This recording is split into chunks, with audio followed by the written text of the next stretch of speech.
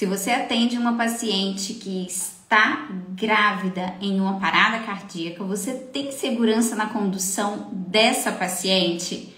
Vamos falar sobre isso hoje? Seja muito bem-vindo ao Descomplicando a Cardiologia na Gestação. Eu sou a doutora Natália Patez, sou cardiologista e completamente apaixonada na cardiologia da mulher, na cardiologia na gestação.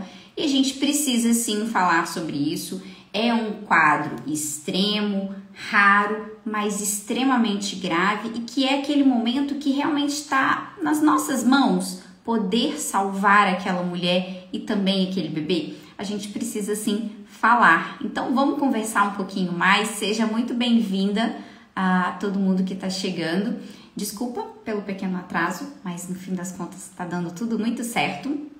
Então vamos falar de como que a gente conduz essa parada cardíaca. É sim um evento catastrófico. A incidência, graças a Deus, é muito baixa, né? A gente tem ali muita divergência de regiões, né? Quando a gente fala da incidência dela, a gente tem de 1 para 12 mil até 1 para 50 mil. Então, é muito divergente de acordo com a região, com a gravidade dessas pacientes que são avaliadas. E quando a gente fala da mortalidade, a gente sabe que é um desfecho muito catastrófico, a gente pode chegar ali numa mortalidade de 40% dessa parada cardíaca durante a gravidez. E quando a gente fala de uma parada cardíaca extra-hospitalar, a mortalidade vai para 85%. Então, a gente precisa, inclusive, orientar a população como um todo, né? Quando a gente fala de conduzir uma parada cardíaca, será que o seu marido, o seu pai, o seu vizinho sabe conduzir de uma forma básica uma parada cardíaca? Se alguém está ali no meio da rua ou num aeroporto, enfim, em algum local de movimento onde a gente tem sim que prestar aquele primeiro socorro.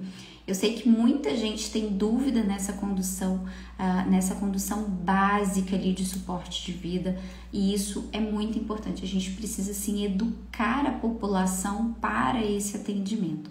Mas aqui a gente vai focar sim no atendimento lá dentro do hospital, o atendimento de uma parada cardíaca de uma gestante, onde a gente está falando de pacientes de muito alto risco. As causas normalmente de uma parada cardíaca durante a gestação, apesar de serem diversas, a principal causa de uma parada cardíaca são as doenças cardíacas. Tá ali, tá lá no topo das causas, tá? 23% das causas são por conta de ser uma paciente portadora de alguma cardiopatia ou porque desenvolveu uma cardiopatia. Então, a gente precisa sempre lembrar disso. A gente também tem como causa tromboembolismo, AVC, sepse, hemorragia, questões de saúde mental dessa paciente que levam, né, a ter uma parada cardíaca, o quadro de pré-eclâmpsia, as neoplasias associadas. Tudo isso a gente tem que lembrar como causas de uma parada cardíaca. E na hora da gente conduzir uma parada cardíaca, saber a causa ou parar para pensar nas possíveis causas é fundamental, né? Então, quando a gente lembra lá do básico, do ACLS mesmo, ali do tratamento para a população como um todo, a gente se preocupa nas causas. Com a gestante não pode ser diferente. A gente tem sim que pensar nas possíveis causas dessa parada cardíaca. Durante a gravidez, a gente tem ali o aumento do útero, né? O que vai fazer com que na hora de fazer compressões cardíacas a gente tem algumas alterações mecânicas, porque o útero, ele tá à frente ali da veia cava, vai diminuir retorno venoso e tudo isso pode prejudicar ali nas questões da gente fazer uma massagem cardíaca nessa grávida. Então, a gente aprendeu que durante a gravidez a gente tem que fazer o deslocamento do útero, tá? Para a esquerda. E aí a gente vai pensar em fazer isso, principalmente se a gente tem ajuda, né? Quando a gente tá sozinho, a gente não tem essa possibilidade. Por quê? Quando a gente desloca o útero dessa mulher, essa barriga, principalmente em mulheres ali que a gente tá falando, que já tem a altura uterina acima da cicatriz umbilical, ou seja, mulheres com mais de 20 semanas de gravidez, quando a gente afasta afasta esse útero, a gente faz descompressão da veia cava dessa mulher e também da aorta, fazendo com que a gente aumente o retorno venoso e, consequentemente, melhorando a perfusão dos órgãos dessa mulher. Então, vamos colocar uma cena. A paciente chegou ali, ela tá lá no hospital, ela tava tendo um quadro já de vamos colocar, era uma paciente portadora de uma insuficiência cardíaca durante a gravidez. Ela descompensou, estava sendo assistida numa unidade, num hospital e evoluiu com uma parada cardíaca. A primeira coisa que a gente vai fazer com uma parada cardíaca é checar sinais. A gente já confirmou que é uma parada, a gente precisa fazer massagem cardíaca. E quando a gente fala de massagem cardíaca, a gente está falando de 30 compressões para 2 ventilações. A gente não posterga a massagem cardíaca até chegar um carrinho e a gente olhar qual é o ritmo. Vamos monitorizar essa paciente. A paciente está monitorizada. A partir do momento que aquela paciente está monitorizada, eu sei qual o ritmo de parada dessa paciente. Isso é fundamental quando a gente fala de parada cardíaca. Eu preciso saber o ritmo da parada. Monitorizei, eu vou pensar, é um ritmo chocável? Oi, Carol, tudo bom? É um ritmo chocável ou não chocável? Porque a condução é completamente distinta, né? Se eu já sei o ritmo dessa paciente, eu preciso pensar se é chocável ou não. Quando a gente pensa em ritmos chocáveis, a gente está falando de fibrilação ventricular e de taquicardia ventricular sem pulso. Nesses casos de ritmo chocável, o que a gente precisa fazer? Chocar. Essa paciente precisa receber o choque o quanto antes. Então, ela não pode, a gente não pode postergar esse choque nessa paciente. Se ela precisa ser chocada, prontamente que ela seja. Teve o choque, a gente volta para a massagem cardíaca. Isso a gente vai fazer 2 choques. A gente sempre tem intervalos de 2 minutos, a gente vai checar o ritmo da paciente a cada 2 minutos, tá bom? Se ela persiste em ritmo chocável, a gente choca novamente e a partir do segundo choque que eu vou começar a pensar nas drogas que eu vou fazer. Eu vou fazer epinefrina, eu vou fazer amiodarona de acordo com o ciclo dessa paciente da parada cardíaca, tá bom? Agora, se eu tenho uma paciente que ela tem um ritmo não chocável, que eu verifiquei lá na hora que essa paciente foi monitorizada, é um ritmo não chocável, ou seja, essa paciente está em assistolia ou em AESP, eu preciso fazer medicação logo no começo. Eu já vou massagear e eu vou fazer a medicação, as duas coisas. Eu preciso fazer epinefrina. Nas pacientes que têm um ritmo não chocável, a gente não faz amiodarona. A amiodarona é apenas com ritmo de choque. Mas nas pacientes, a droga, né, que a gente tem em comum tanto para o ritmo chocável quanto para o não chocável é a epinefrina. A gente tem que fazer essa medicação para a gente melhorar a circulação, fazer vasoconstrição e melhorar a circulação dessa paciente numa tentativa de retorno dessa mulher. Então, a gente comentou que se eu tenho uma paciente que está em parada cardíaca, eu primeiro vou direto fazer a massagem até eu ter uma monitorização.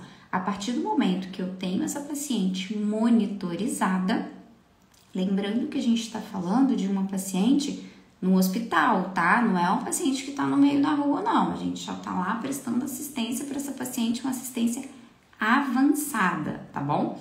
E aí, então, eu monitorizei minha paciente, eu vou checar, é ritmo chocável ou é ritmo não chocável? Ritmos chocáveis, taquicardia ventricular e fibrilação ventricular. Ritmo não chocável, assistolia e AESP, atividade elétrica sem pulso. E a gente vai conduzir de acordo com os protocolos da American Heart Association, onde a gente tem uma CLS e tudo mais, onde a gente vai falar cada ciclo e qual a medicação que a gente faz. Isso não é só para o obstetra, isso não é algo para o cardiologista, isso é algo para todo e qualquer profissional da área médica e enfermagem que lida diretamente com essas pacientes. Precisa saber de tudo isso para conduzir. Quando a gente tem uma equipe que conduz uma parada cardíaca com segurança, a gente tem resultados muito melhores. Mas a gente só vai ter segurança na condução se a gente estudar, se a gente entender como funciona todo o processo e o que a gente precisa fazer, tá bom? Então, o que a gente teve de novidade no último ano? Quanto a esse suporte avançado durante a gestação, tá bom? A gente falou logo no começo que tempos atrás, até ano passado, fazia parte do protocolo o deslocamento uterino para a esquerda. Isso era protocolo, a gente tinha que fazer durante uma parada cardíaca. E aí, no ano passado, veio a novidade. A American Heart avaliou novamente essa orientação e isso está como algo recomendado, mas não é obrigatório, porque a gente não tem evidências científicas suficientes para a obrigatoriedade da manobra. Mas agora pensa comigo, se eu estou em um hospital atendendo essa paciente, eu tenho profissionais ali ao meu redor, eu tenho um enfermeiro, eu tenho um fisioterapeuta, eu tenho outros colegas médicos, eu tenho a equipe de enfermagem como um todo, enfermeiro, técnico e tudo mais. Se eu tenho pessoa que pode fazer esse deslocamento, por que não? Por que não a gente aproveitar, já que tem a disponibilidade de outros profissionais, para a gente poder fazer da melhor forma possível? Natália, eu estou em um outro local que eu não tenho pessoas suficientes, eu tenho uma pessoa na ventilação, uma na massagem, uma na medicação, eu não tenho gente suficiente. Aí, ok, você não tem a obrigatoriedade de fazer, tudo bem? Então, eu acho que é mais uma questão da gente ponderar, porque realmente a gente não tem essa evidência científica robusta, né, sobre fazer o deslocamento. Outro ponto importante é que quando a gente fala em uma parada cardíaca materna, né, na gestante, a gente pensa no bebê, porque eu tô pensando em 2 vidas, né? Eu tenho a possibilidade de salvar 2 vidas, mas eu também tenho a possibilidade de perder essas 2 vidas.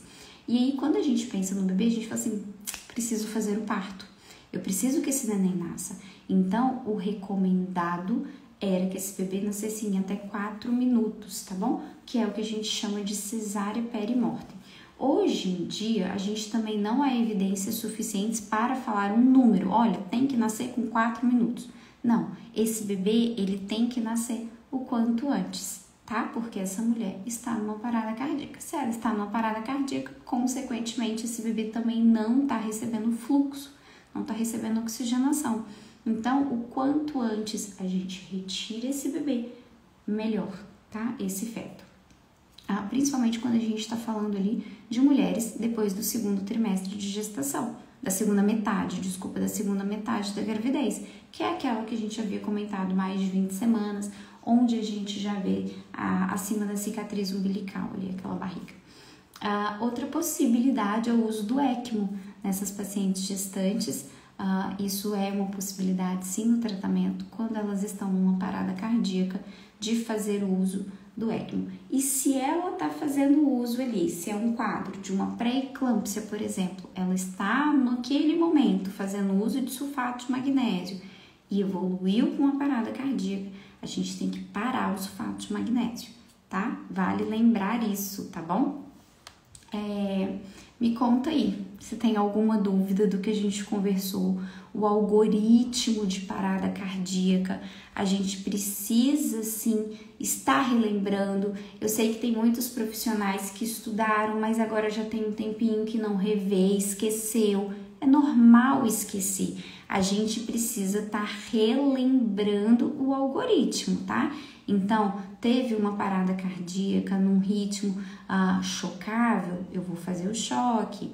2 minutos depois, eu vou confirmar o ritmo, é ainda chocável, é um novo choque e agora eu retorno à massagem e faço a epinefrina. 2 minutos depois, checa ritmo de novo, continua chocável. Agora eu vou fazer a amiodarona.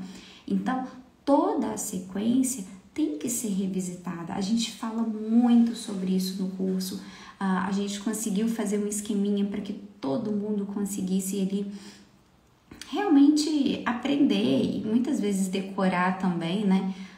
Algo que fique fácil de memorizar para a gente realmente colocar em prática. E quando a gente está lidando ali na linha de frente, seja o enfermeiro, seja o cardio, o clínico geral, o médico da família, o obstetra, o anestesista, que também pega esses casos, a gente precisa sim ter domínio e ter segurança na condução, porque é realmente muito difícil de viver uma parada cardíaca na gestação.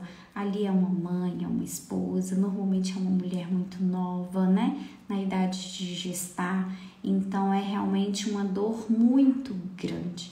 E algo que eu quero chamar muito a sua atenção, se no momento da parada eu preciso que você pare para pensar nas possíveis causas de uma parada cardíaca, porque muitas vezes a gente consegue reverter aquela parada cardíaca quando a gente para raciocinar nas possíveis causas.